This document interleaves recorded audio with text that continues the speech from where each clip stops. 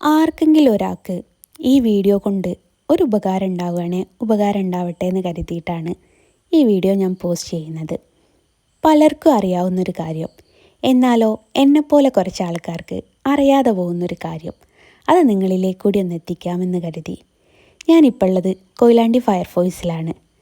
അരുണിൻ്റെ കൈ ബസ്സിൻ്റെ ഡോറിൻ്റെ ഉള്ളിൽ കുടുങ്ങിയിട്ടൊന്ന് മുറിഞ്ഞിട്ടുണ്ടായിരുന്നു. ആ മുറിഞ്ഞ വിരലിൻ്റെ മുകളിൽ ഒരു മോതിരവും കിടപ്പുണ്ടായിരുന്നു. ഈ മോതിരം വെട്ടിയാൽ മാത്രമേ ട്രീറ്റ്മെൻറ്റ് എടുക്കാൻ പറ്റുള്ളൂ എന്നുള്ളൊരു സാഹചര്യമായിരുന്നു. ഇങ്ങനത്തെയൊക്കെ സാഹചര്യങ്ങളിൽ നമ്മൾ ആദ്യം എത്തിപ്പെടുക ഹോസ്പിറ്റലിലാണല്ലോ. നമ്മളും പോയത് ഹോസ്പിറ്റലിലേക്കാണ്. ഹോസ്പിറ്റലിൽ എത്തിയപ്പോഴാണ് അവർ പറയുന്നത് ഇത് കട്ട് ചെയ്യാനുള്ളൊരു ഓപ്ഷൻ അവിടെ ഇല്ല എന്നുള്ളത്. കട്ട് ചെയ്യാതെ ട്രീറ്റ്മെൻറ്റ് എടുക്കാനും പറ്റൂല.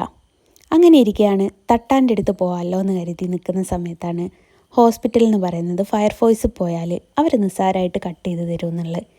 ഇങ്ങനത്തെ സാഹചര്യങ്ങളിലൊന്നും നമ്മൾ ചിന്തിക്കൂല ഇങ്ങനെ ഫയർഫോഴ്സിൻ്റെ അടുത്ത് പോയാൽ മതി എന്നുള്ളത്.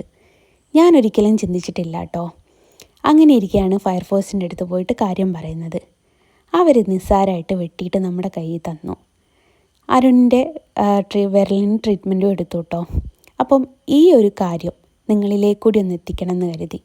ഇങ്ങനത്തെ ഒരു സാഹചര്യം വരിക വെച്ചാൽ നമ്മൾ ഹോസ്പിറ്റലോ തട്ടാനോ ഈ രണ്ട് ഓപ്ഷൻ്റെ അടുത്തേക്ക് പോകുന്നതിനേക്കാട്ടിലും മുമ്പേ ആദ്യം നമ്മൾ കോണ്ടാക്ട് ചെയ്യേണ്ടത് ഫയർഫോഴ്സിനെയാണ്. അവരെടുത്ത് പോയാൽ അവരത് കട്ട് ചെയ്ത് തരും എന്നുള്ള ഒരു ചെറിയൊരു മെസ്സേജ്. അത് എനിക്കറിയാതെ പോയതാണ്. അത് നിങ്ങൾക്കറിയാതെ പോവരുത് എന്ന് കരുതിയത് കൊണ്ട് മാത്രമാണ് ഇതൊരു വീഡിയോ ചെയ്തിടുന്നത്. ഏതായാലും ഫയർഫോഴ്സുകാരോടൊരു താങ്ക്സും പറഞ്ഞ് ഞങ്ങൾ നേരെ വീട്ടിലോട്ട് പോന്നു.